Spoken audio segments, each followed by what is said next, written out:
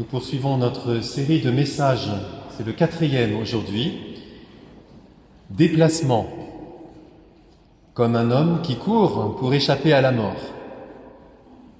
Déplacement, comme un migrant qui cherche ailleurs une vie meilleure. Déplacement, comme une plante qu'on sort au printemps pour qu'elle profite de la pluie et du soleil. Déplacement comme une visite à une personne qu'on aime. Déplacement comme une réponse à Jésus qui passe à côté de moi et qui me dit « Viens, suis-moi ». Un déplacement, c'est quitter quelque chose, une posture, une fermeture intérieure. C'est nous ouvrir à la vie qui va nous changer.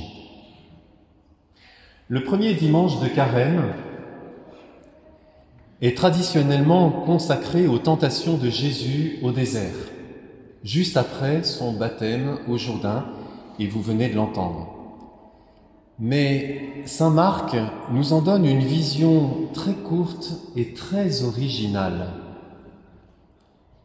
L'Esprit le pousse au désert, et dans le désert, il reste 40 jours tenté par Satan. Il vivait parmi les bêtes sauvages et les anges le servaient. C'est très étonnant, cette vision de Jésus vivant au milieu des bêtes sauvages et avec les anges. Dans notre imaginaire, on a plutôt les autres évangiles de Luc et de Matthieu qui nous montrent le démon grimaçant qui tend des pièges à Jésus qui cherche à le faire tomber. Mais dans saint Marc, c'est pas du tout ça qui est mis en avant. C'est plutôt cette harmonie universelle entre les animaux, l'homme, ici Jésus, et puis même les anges. C'est-à-dire l'ensemble du vivant, une harmonie de l'ensemble du vivant.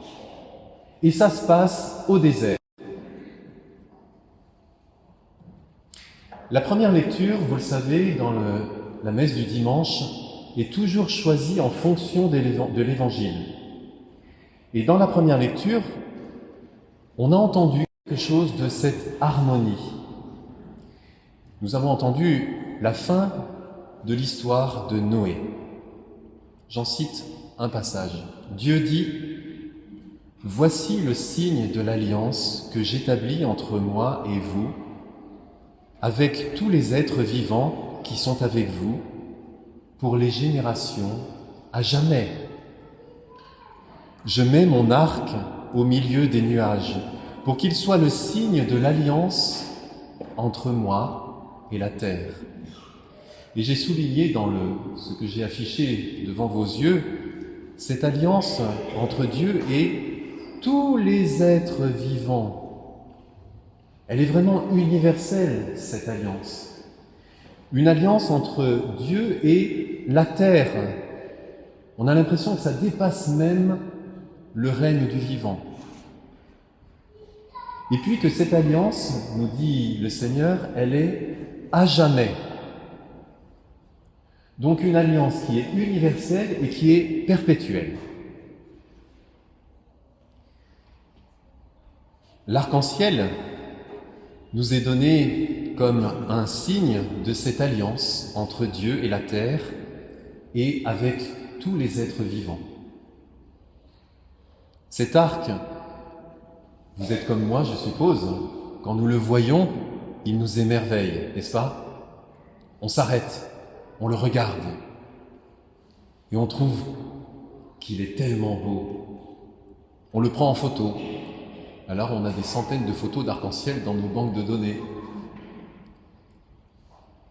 Cet arc, il est le signe d'une paix, d'une harmonie que Dieu veut pour l'ensemble de sa création.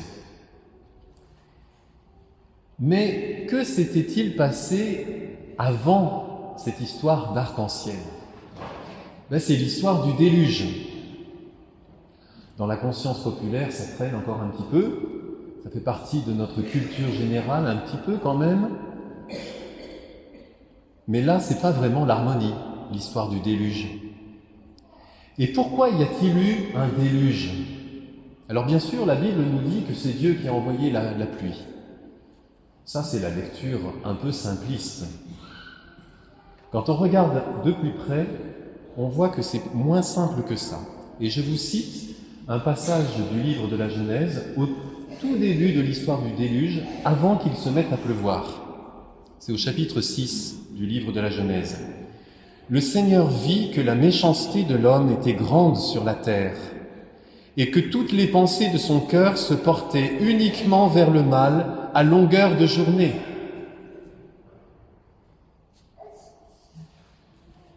Là, on voit que c'est clairement la méchanceté du cœur de l'homme qui est à l'origine de cette catastrophe du déluge. C'est-à-dire tous les actes orgueilleux, tous les actes égoïstes des hommes qui sont la cause première du désastre. Et leur péché, le péché qui est dans le cœur des hommes, dans cette histoire du déluge, a même un retentissement sur l'ensemble de la création, directement ou indirectement. Et je vous cite un petit verset un peu plus loin, au verset 12. « Dieu regarda la terre, et voici qu'elle était corrompue, car sur la terre, tout être de chair avait une conduite corrompue. » Les êtres de chair, c'est pas simplement les hommes, c'est aussi les animaux, les plantes. Il y a comme une sorte de regard sur la corruption qui marque tout le règne du vivant sur la terre et qui nous est présenté comme une cause du déluge. Parce que s'il y a du mal dans le monde, y compris dans la nature, mettez-vous à la place d'un animal qui est mangé vivant par d'autres animaux. C'est scandaleux. Ça nous scandalise. Et pourquoi il y a ce mal? Vous voyez, le livre de la Genèse nous dit que tout être de chair avait une conduite corrompue. C'est pas la faute des animaux, c'est la faute du péché qui est dans le cœur de l'homme et qui vient dérégler tout l'ensemble de la création. Ça, c'est un mystère qu'il nous faut méditer dans notre cœur parce qu'il est profond et il est puissant. Ce mystère du péché qui est dans le cœur de l'homme et qui a un retentissement de dérèglement sur l'ensemble de la création. Et ça, ça conduit à la catastrophe. Dans l'histoire du déluge, au recouvrement de toute la terre par les eaux qui apportent la mort. Quand j'entends cette histoire, comment ne pas faire le lien avec la crise écologique à laquelle nous sommes confrontés? Cette crise, le pape François, et il est sans doute le seul parmi les grands penseurs de cette crise écologique, nous dit que ses racines sont spirituelles. Vous comprenez pourquoi les racines sont spirituelles? Parce que la cause première se trouve dans le cœur de l'homme, dans son péché qui vient dérégler toute la création, et on le voit aujourd'hui. Et la crise à laquelle nous sommes confrontés, comme dans l'histoire du déluge, elle est planétaire. C'est-à-dire que c'est un défi qui est peut-être le plus gigantesque auquel l'humanité ait été confrontée. Et ce défi, il est là, devant nous, aujourd'hui, c'est pour notre génération. Un enfant qui est né en 2020, vous savez, juste au moment de cette glorieuse époque du Covid, vous vous en souvenez tous, un enfant qui est né en 2020 aura 30 ans en 2050. Il aura 50 ans en 2070. Il aura 80 ans en 2100. Ce sont toutes des échéances qui nous sont présentées quand on nous parle du dérèglement climatique, mais pas seulement. Ça, c'est un aspect de la crise écologique. Il y a aussi la pollution, il y a la diminution de la biodiversité. Donc cet enfant, il aura 80 ans en 2100. Que sera la terre et la vie sur la terre à ces dates-là? Alors il y a les climato-sceptiques, les je ne sais pas comment on dit, qui sont convaincus. Dont on est à peu près sûr aujourd'hui, c'est que la vie sur la terre sera très différente de celle que nous vivons aujourd'hui, de celle que nous connaissons aujourd'hui. Avec une terre qui sera plus chaude, avec moins d'espèces animales, et avec une sorte de souffrance généralisée de la terre à cause de toutes les pollutions créées par l'homme, à commencer par le plastique, cette substance qui a été créée par l'homme, qui n'existe pas à l'état naturel et qui met 400 ans à se dégrader. Certains jeunes, et j'en connais, aujourd'hui, sont tellement conscients de la gravité de la situation qu'ils ne veulent pas faire d'enfants, parce qu'ils sont pris d'angoisse pour eux. Ça, c'est terrible, parce que ça veut dire qu'il n'y a plus d'espérance dans leur cœur.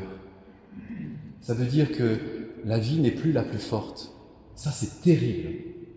Pourtant, le mythe du déluge, je me permets d'insister sur le mot mythe, parce qu'il n'y a pas de réalité historique, la Terre n'a jamais été recouverte intégralement par l'eau, même si ça s'enracine dans des histoires d'inondation, sans doute, mais ce mythe, qui dépasse toute réalité historique, reste pertinent justement parce que c'est un mythe et que ça nous rejoint dans ce que nous vivons aujourd'hui. Et ça nous apprend et ça nous apporte quelque chose pour ce que nous vivons aujourd'hui. Eh bien, ce mythe nous enseigne qu'il y a une issue et une espérance. Voilà pourquoi il nous faut relire l'histoire du déluge. Parce qu'il est porteur d'espérance. Cet arc-en-ciel que nous pouvons admirer chaque fois qu'il apparaît dans le ciel et qu'il vient réjouir notre cœur, apaiser notre cœur et peut-être, j'espère, apporter une espérance qui est malmenée par toutes les circonstances d'aujourd'hui. Dans ce mythe du déluge, un échantillon de la création, de toute la création, est préservé. L'humanité est préservée et Dieu établit une alliance avec tous les êtres et à jamais. Mais, il faut bien qu'il y ait un mais, il rend l'homme responsable de cette alliance. Parce que l'homme seul peut répondre librement à une démarche d'alliance qui vient de Dieu. Il faut être libre pour pouvoir répondre à l'alliance que Dieu nous propose. Donc c'est l'homme, au nom de toute la création, c'est-à-dire y compris de tous les êtres vivants, tous les animaux, les plantes, c'est l'homme qui peut apporter une réponse libre à l'alliance de Dieu, en s'engageant dans cette alliance, en manifestant qu'il veut vivre selon ce que Dieu veut dans cette alliance. Dans le défi écologique de notre temps, il y a une issue, une espérance, une alliance universelle de Dieu qui est toujours valide, mais qui nécessite notre réponse et notre engagement au nom de toute la création. Vous allez me dire, et Dieu, il s'est engagé, lui? Ben oui, et c'est justement ce que nous montre la vie de Jésus. Lui qui est Dieu, il est entré dans la création. Lui qui est le Créateur, il est devenu créature pour répondre de façon parfaite à Dieu le Père. Mais pour que, unis à lui, nous puissions répondre à Dieu le Père. L'Esprit pousse Jésus au désert et dans le désert, il reste 40 jours tenté par Satan, celui qui voudrait tout détruire. Il vivait parmi les bêtes sauvages et les anges le servaient. Le désert en question, c'est là où l'Esprit pousse Jésus. Jésus, c'est celui qui vient nous sauver. Donc l'Esprit le pousse au désert, justement. Le désert de nos égoïsmes, de notre orgueil, de tous nos autres péchés. Et ce désert produit un désert spirituel à l'intérieur de nos cœurs et aussi un désert physique. On le voit aujourd'hui. Et là, au cœur de ces déserts, Jésus vient restaurer l'harmonie universelle que Dieu veut pour toute sa création. Et il le fait par sa mort et par sa résurrection. C'est-à-dire par une mort qui manifeste que l'amour est plus fort que le péché, et par une résurrection qui manifeste que la vie est plus forte que la mort. Tout est possible si l'homme s'engage et répond à l'alliance universelle. Permettez-moi de vous donner 2 illustrations. Le 3 décembre 2023 est mort un grand monsieur du Burkina Faso, Yacouba Sawadogo. Cet homme a été surnommé l'homme qui arrêta le désert. Ce désert qui avance inéluctablement à cause du réchauffement climatique. Dans les années 80, dans sa région, tout se désertifiait justement. Et plutôt que de partir, il a décidé de rester. Tout en se faisant traiter de fou, il a redécouvert une technique ancestrale qui s'appelle le zaï, qui consiste à planter des arbres pendant la saison sèche plutôt que pendant la saison humide, ce qui est contre-intuitif et qui est pourtant plein de sagesse dans le contexte local. Ensuite, il a amélioré cette technique par sa sagesse propre et son engagement dans ce qu'il a fait. Et surtout, il a persévéré pendant 40 ans. On appelle ça un engagement. Et aujourd'hui, il y a une forêt de 25 hectares avec 60 espèces d'arbres différents que vous voyez sur cette photo. Les animaux sont revenus. Les villageois sont revenus.